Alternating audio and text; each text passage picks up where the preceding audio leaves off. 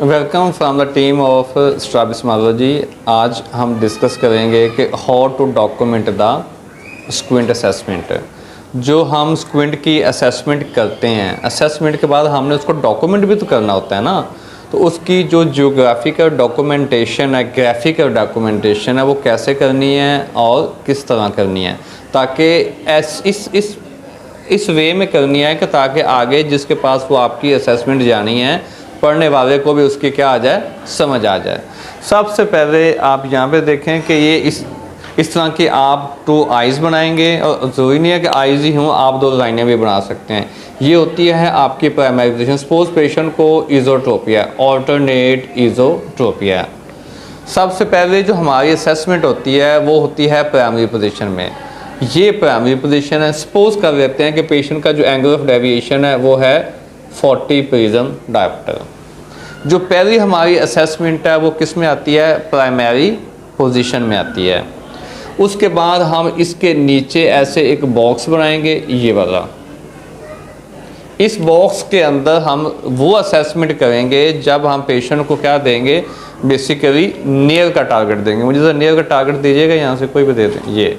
ये सपोज करें कि ये हमारे पास पेशेंट बैठी हैं, आप पकड़ो इसको हाथ में, इसको मेरी नोज़ पे रखो। ये जो पोजीशन है इसको हम क्या कहते हैं, बेसिकली नियर पोजीशन कहते हैं। और यहाँ पे जो हम असेसमेंट करेंगे पेशेंट का, जो अक्लूडर देना मुझे, प्रिज्म का जो हम बेसिकली जो प्रिज्म कवर टेस्ट करेंगे, यहाँ रखें मेरी नोज़ पे। यहाँ पे हम जितनी असेसमेंट करेंगे वो हम कहाँ डॉक्यूमेंट करेंगे, प्राइमरी ये नियर पोजीशन पे। वो जितनी भी आएगी वो हम यहाँ डॉक्यूमेंट करेंगे। सपोज ये है ऑल्टरनेट इज़ोट्रोपिया, सपोज कर लेते हैं कि ये 40 to 45 प्रिज्म डायोप्टर है। किसी भी स्क्विंट की असेसमेंट के लिए जो सबसे बेसिक और जो ग्रॉस पोजीशंस हैं वो ये 2 हैं, primary position and near position. अब मेरा क्वेश्चन ये है कि प्राइमरी पोजीशन में और नियर पोजीशन में हमें एंगल ऑफ डेविएशन मेजर करने की ज़रूरत क्यों पड़ती है, वाई? ये भी तो हो सकता है ना कि हम पेशेंट को जस्ट नज़दीक पे एंगल ऑफ डेविएशन मेजर कर लें, फार पे ना करें, या हम क्या करें कि जस्ट फार पे कर लें, नियर पे ना करें। क्यों ज़रूरत पड़ती है? इसलिए कि ताकि हमें पेशेंट की इंटरमिटेंट नेचर का पता चल जाए। हो सकता है कि पेशेंट का angle of deviation distance position पे ज़्यादा हो सकता है कि पेशेंट का angle of deviation near position पे ज़्यादा हो। ओके, तो ये इंटरमिटेंट नेचर को, जैसे हम बात करते हैं कि कन्वर्जेंस एक्सेस इज़ोट्रोपिया, उसमें क्या होता है कि नियर पे एंगल ऑफ डेविएशन ज़्यादा होता है।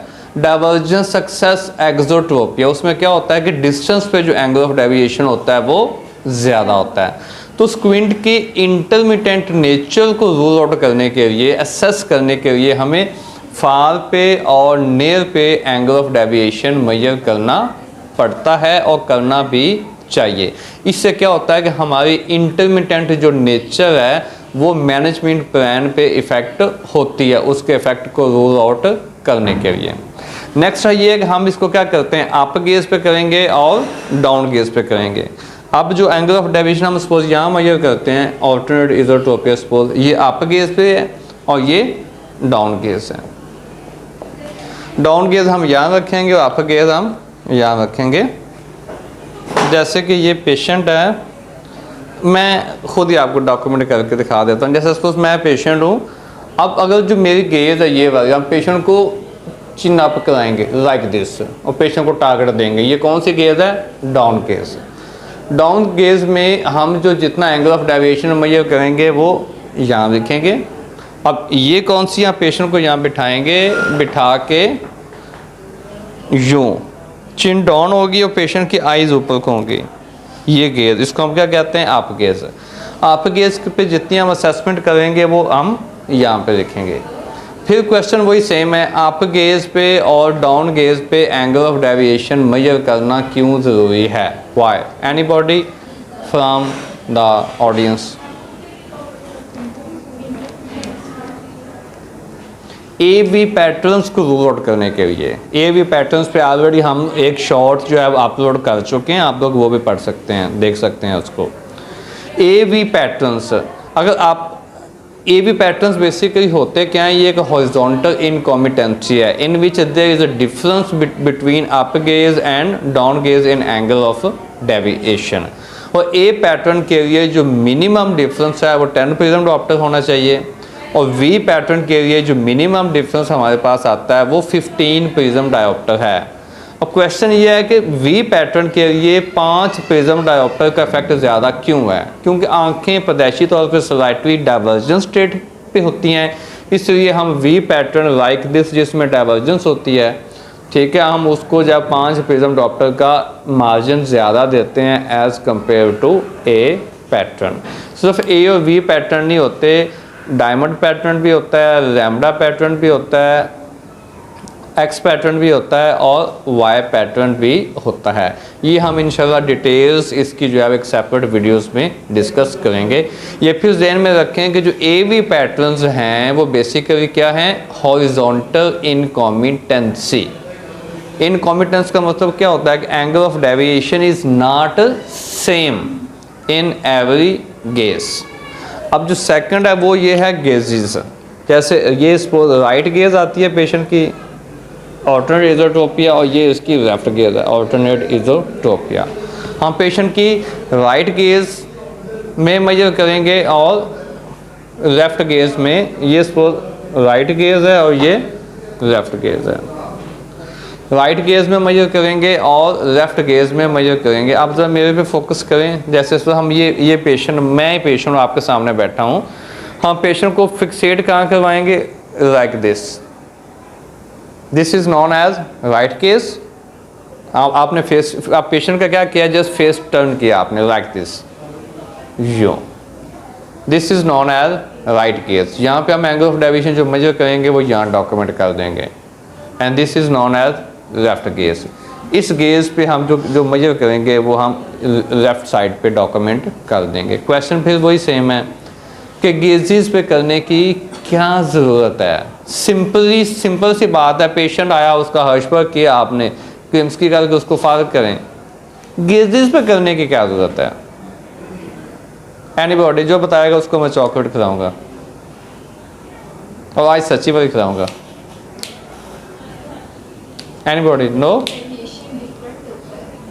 डेविएशन एक्सीडेंट, आमना जुबैर, डेविएशन डिफरेंट होती है, उससे हमें इंफॉर्मेशन क्या मिलती है?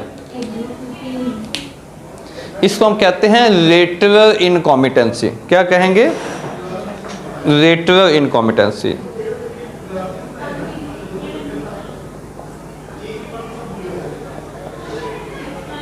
लेटरल इनकॉमिटेंसी, जब हम लोग सर्जरी कर रहे होते हैं तो सर्जरी करते हुए हमने इस चीज़ का हमेशा ख्याल रखना है कि हमने जस्ट पेशेंट की आईज स्ट्रेट नहीं करनी, हमने पेशेंट को क्या देनी है, फ्री आई मूवमेंट भी देनी है, ताकि पेशेंट की आईज क्या हों, फ्रीली मोबाइल हों।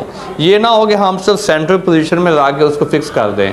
अगर सपोज लेटरल साइड पे, लेटरल गेजेस पे पेशेंट की कोई रिस्ट्रिक्शन है, कोई लिमिटेशन ऑफ एक्स्ट्रा ऑक्यूलर मोटिविटी है, तो हमें ऑलरेडी पहले से पता होनी चाहिए, ताकि सर्जरी करते हुए हम उसको कंसीडर कर सकें।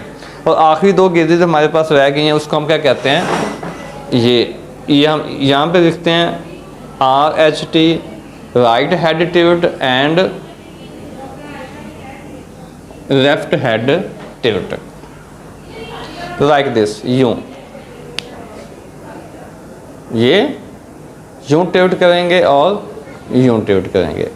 अब टिल्ट पे एंगल ऑफ डेविएशन मेजर करना क्यों ज़रूरी है? ये स्पेशली हम तब मेजर करते हैं कि जब प्राइमरी पोजीशन में हमें हाइपर डेविएशन मिलती है। मैं दोबारा फिर रिपीट कर रहा हूँ, जब हमें प्राइमरी पोजीशन में हाइपर डेविएशन मिले तो उसको रूल आउट करने के लिए कि ये जो हाइपर डेविएशन है ये वर्टिकल रेक्टस मसल की वजह से है या ओब्लिक मसल्स की वजह से है। ओब्लिक में मोस्ट कॉमनली आती है सुपीरियर ओब्लिक, जिसे हम क्या कहते हैं, 4th नर्व पाल्सी। तो वो पार्ट 3 स्टेप टेस्ट होता है, जिसमें हम फिर डिटेल से डिस्कस करेंगे।